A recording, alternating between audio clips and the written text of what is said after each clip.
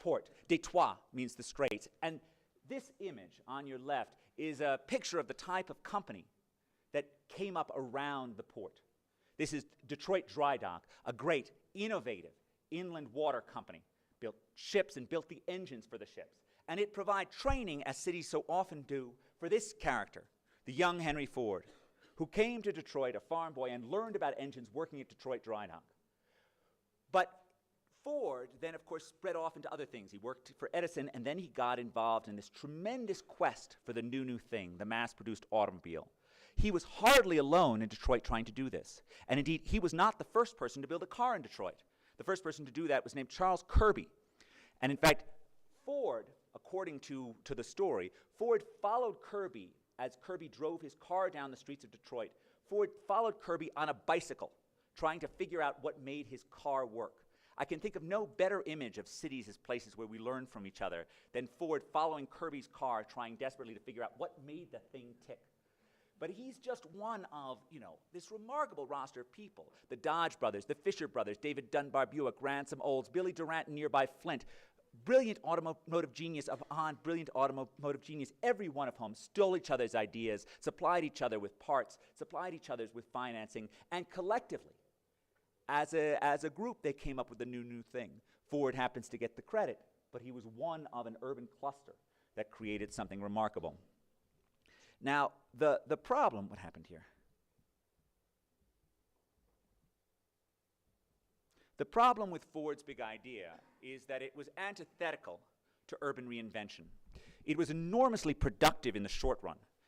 Mass production in a vast vertically integrated factory, protected by walls from outsiders, right? A great recipe for static efficiency, for producing vast numbers of cars at low cost. But when conditions changed, there was nothing about this model that would lead towards new ideas to be created. In fact, this model is in some sense antithetical to the urban form, to what makes cities tick. Successful cities in the 19th century before Ford were marked by having small firms, smart people, and connections to the outside world. Those are still the things that make cities successful today. Small firms, smart people, connections to the outside world. How different from that were the great factories of the industrial age, employing thousands upon thousands of less educated workers, and God bless them for doing this. But it's not a recipe for urban reinvention. Doing so at a vast scale that breeds company men rather than entrepreneurs, and doing so in a way in which the average worker isn't connected to the outside world unless working through the company. And so when conditions changed, when it no longer became economically advantageous to produce cars in Detroit, to produce cars in this great inland port, they just moved production somewhere else. What you're looking at here is globalization in the 20th century, at least one measure of it. It's the decline in moving a ton a mile by rail in real dollars. And what you can see is that declined by almost 90% over the course of the 20th century. So while it was still expensive in 1900 to move goods over space, and as a result, it was a big advantage to be in Detroit. It was a big advantage to have access to those waterways, to the Great Lakes, to the rail network. By 1975, that was largely irrelevant. And so industry fled. It fled to lower cost, right-to-work states in the South. It fled to lower cost regions, lower cost parts throughout the world. And so so America shifted itself. Along with the shift from, I know what this is, okay. This is moving. Now, one way to see what happened was that the decline in transportation costs meant that we enabled people to move from places where firms had productive advantages to places where people wanted to live. And apparently, the thing that people wanted to live above all was warmth, because there's no variable that better predicts the growth of American metropolitan areas in the 20th century than January temperature. That what, in fact, this decline in transportation costs did was it enabled people to move to the Sun Belt. And they moved by the thousands, starting with wealthy Midwesterners retiring to Los Angeles at the start of the 20th century. And then over the course of the 20th century, firms moving to the right-to-work, anti-union states. And then, of course, people moving for the low housing costs and pleasures of Houston, Atlanta, Dallas, Phoenix, the four fastest-growing metropolitan areas in the U.S. over the past 10 years. This is the relationship between January temperature, I've split counties into fifths, and population growth over the last decade. And as you can see, growth is 4 times higher in the warmest counties relative to the coldest counties. Now, along with the move to sun, of course, was the move to sprawl, was the move to decentralized car-based living. Now, this is in some sense what the car gave us. The car may have been a child of the city, but it wasn't necessarily the most generous of progeny. In some sense, the move to car-based living was always going to be unstoppable. The average commute by car in the United States is 24 minutes. The average commute by public transit is 48 minutes. But, that being said, America engaged in policies that strongly subsidized the move to sprawl. What you're looking at here is a map of the interstate highway system. It's in fact, a military ordained map. And using this map, researchers like Nathaniel Baum Snow have looked at the impact of having extra highways on urban growth within the area. And each new highway that cut into the center of a metropolitan area in the post-war America reduced the central city's population relative to the suburbs by about 18%. A large exodus that's created by the ability to remake the world around the car. In some sense, there's nothing wrong with that.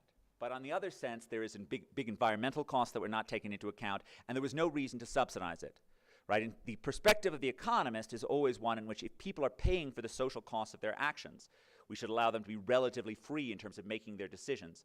But it's clear that in many cases people were not paying for the social costs of their actions. And often we would allow the development of sprawling areas where we wouldn't charge people for the full cost of the extra infrastructure that was being required and let them leave the areas that already had infrastructure in place. And that is certainly something to think about as Latin American cities also sprawl, to think about whether or not you have the infrastructure policies in place that actually charge people for the full cost of their actions when they move away from central cities.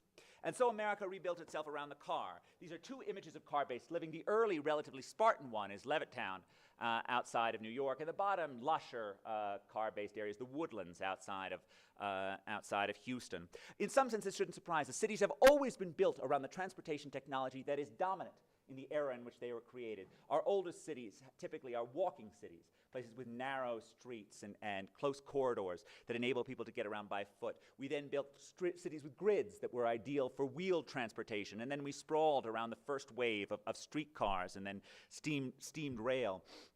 But the car is something else, because all of these earlier forms of transportation involve some walking. You've got to get from your stop to your final destination. You've got to walk to the stop. Not the car, though. It's point to point, and as such, it enables vast amounts of consumption of land, while in fact requiring vast amounts of land itself for its own operation. And so, in fact, dealing with the car is has been a fundamental challenge for America's cities, and of course, it remains a fundamental challenge for the cities of Latin America as well. The move to sun and sprawl, the deindustrialization of large cities, led to scenes like this. This is Detroit's 1967 riot, where it felt that civilization itself, a child of the city, had left the city, as people burned their own neighborhoods. And in this wake of social distress, economic decline, suburbanization, almost all of America's older cities declined. What you're looking at here is the 10 largest American cities in 1950. Some of them no longer seem like they're relevant for large urban spaces, but these were the urban giants. And 8 of the 10 lost 20% of their population or more over the 50 years after 1950. 3 out of them lost 48% of their population or more. And Detroit just lost another 25% of its population over the last decade alone. These are places which are in permanent decline and do not seem to be able to turn themselves around. This is an image of Detroit Dry Dock today, once a cutting-edge industrial building where new ideas were made, now an empty hull where you can wander around and you won't see a soul. Now, the federal government, in its response to decline, I think this should make us wary of many place-based policies. It decided to fight decline with investing in structures and infrastructure. In the 50s and 60s, the federal government invested in urban renewal, and after 1973 and the Federal Transportation Act, it also invested in city transport, like this thing, the People Mover monorail in Detroit. Now, it was mentioned in the opening remarks that Bogota is one of the only cities in the world that lacks a subway system, and I certainly believe that smart investments, particularly in growing cities and transportation, are absolutely vital, just as smart investments in housing are absolutely vital. But the hallmark of declining cities is that they have an abundance of structures and infrastructure relative to the number of people. Detroit was built for a city of almost 2 million people. It now has less than 800,000 people. It's got plenty of homes. The average home sells for less. 90% of the homes in Detroit sell for less than the physical cost of construction. And it is easy to get around Detroit because there aren't any people on the roads. So here we see this, multi-hundred million dollar piece of infrastructure that glides over essentially empty streets. What a waste. And I cannot tell you how important it is to avoid this Potemkin village strategy of cities. Cities are not their structures. You don't make a city succeed by building a shiny building or a shiny monorail and declare, we've won. You make a city succeed by enriching the lives of the people who are living in those areas. And while it often makes sense to invest in places, it makes sense in those places to invest in those cities ultimately, because in fact you're enriching the lives of the people who live there. And those investments, like the People Mover monorail, that do so little for the people who are living there, that's just a good headline for a politician who wants a quick fix. It's not any kind of strategy for long-run urban success. I'm going to skip over this, but this is actually the relatively modest impacts that changes in access to subways had on people using transportation. So in fact, the problem is that once you have a very well-developed network for getting around the city, actually having more subways in the area seem to have relatively little difference. This is from Matt Kahn and Nathaniel Baum-Snow. Now, while infrastructure, urban renewal, and people movers did not help Detroit come back, some American cities, plenty of American cities did come back, and plenty of cities throughout the world came back. Think about how different London feels today from the city of the 1970s. Now, the places that come back, and I think these are all giving us clues, are things like biotechnology around Boston and Minneapolis, companies like Medtronic, which worked out of a relationship between two engineers and people like Walt Lillehei, a medical innovator, computers around San Francisco, finance in New York, finance in London as well. And these type of industries help give us a clue of why cities have come back. The impact of globalization and new technologies. One impact was to erase the advantage of producing goods in cities. The second impact, though, a more powerful, a more subversive impact, was to increase the returns to innovation, to increase the returns to new ideas.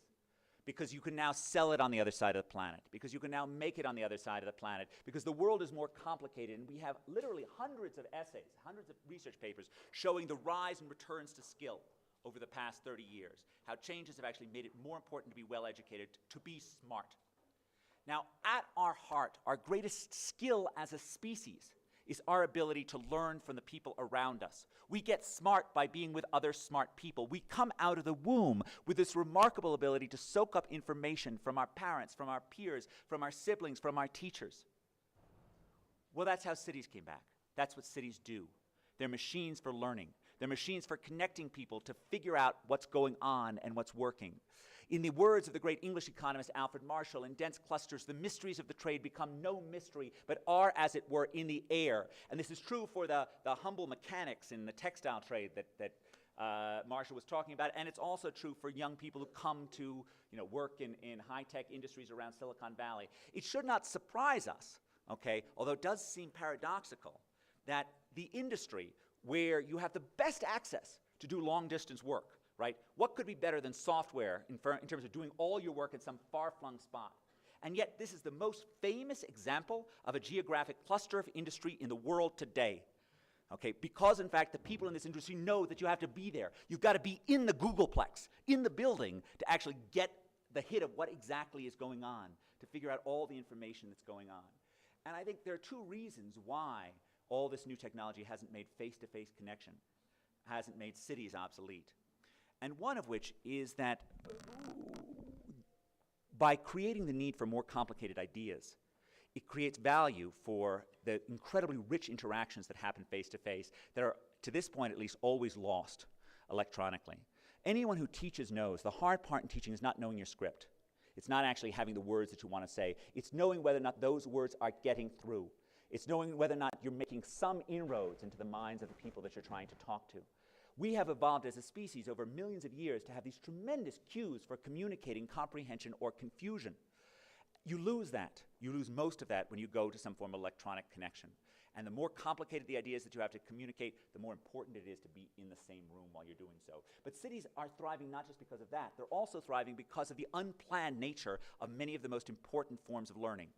The fact that if you're a kid who comes to Silicon Valley or comes to Wall Street, you don't know what you're going to learn. You can't possibly figure out what it is that you're going to need.